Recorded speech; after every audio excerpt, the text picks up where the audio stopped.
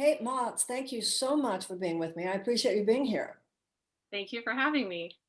Your book has a significant title. It says that it's a revolutionary weight loss, the predictable way to lose it for good this time.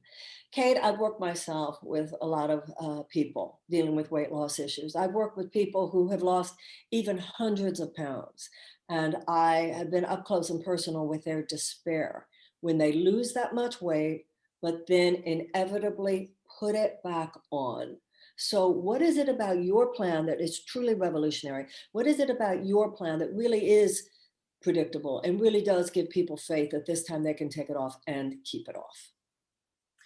It's really all about a customized approach. And I know that there are some other programs out there that claim to be customized, but this is a program where you actually do functional diagnostic testing. So in my book, I'm teaching people how to use this testing to uncover the real reasons or the root causes why they're either unable to lose it or unable to keep it off. Can you give me an example? Sure. So my favorite test that I run on every client that I work with is called a gut health test or a gut zoomer. And what we're looking at is all of the bacteria, either good or bad, inside of someone's digestive system or microbiome, as it's called. There are specific good bacteria and bad bacteria that both contribute to either weight loss resistance or many other health issues. And there's also good bacteria that contributes to the same things. So being able to look at what's actually going on inside of someone's body and then working to balance those things is just a completely different way to tackling weight loss or any health issue for that matter. How is it that in reading your book, somebody is able to do those kind of diagnostic tests on their own body? That's a great question because when you hear those terms, functional diagnostics, you think it sounds a little bit scary, but also very medical, very clinical. But there are a lot of companies out there now that offer direct to consumer testing. And what's great about the companies that I particularly suggest in my book are companies that will actually offer you not only your test results, but a complimentary consultation with a provider, a medical provider, to teach you about what's going on and kind of review your results with you. So it's really for those do-it-yourselfers out there. This book is allowing them to dive right into their bodies. But for the parts that are a little bit scary or they might need a little extra help, there's help available out there. So you're saying that if a particular kind of bacteria is present in your digestive system, then you are less likely to be able to lose weight and keep it off? It's a possibility. Yeah. I mean, that's one of a bunch of possibilities of different things that we find out. But I'll give you a kind of another example. When the gut is unbalanced, it starts what I call the cascade. And when the gut is unbalanced, it doesn't allow the body to absorb nutrients like it's supposed to. And a lack of essential nutrients could actually prevent someone from losing weight.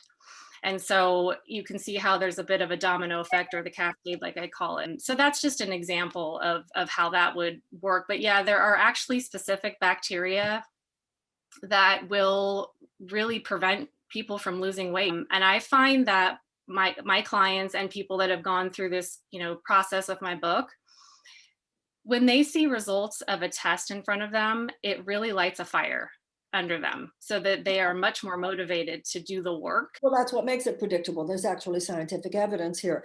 Right. Is the guidance that follows that, does that guidance have to do with nutrition? Does it have to do with what foods people should eat or should not eat?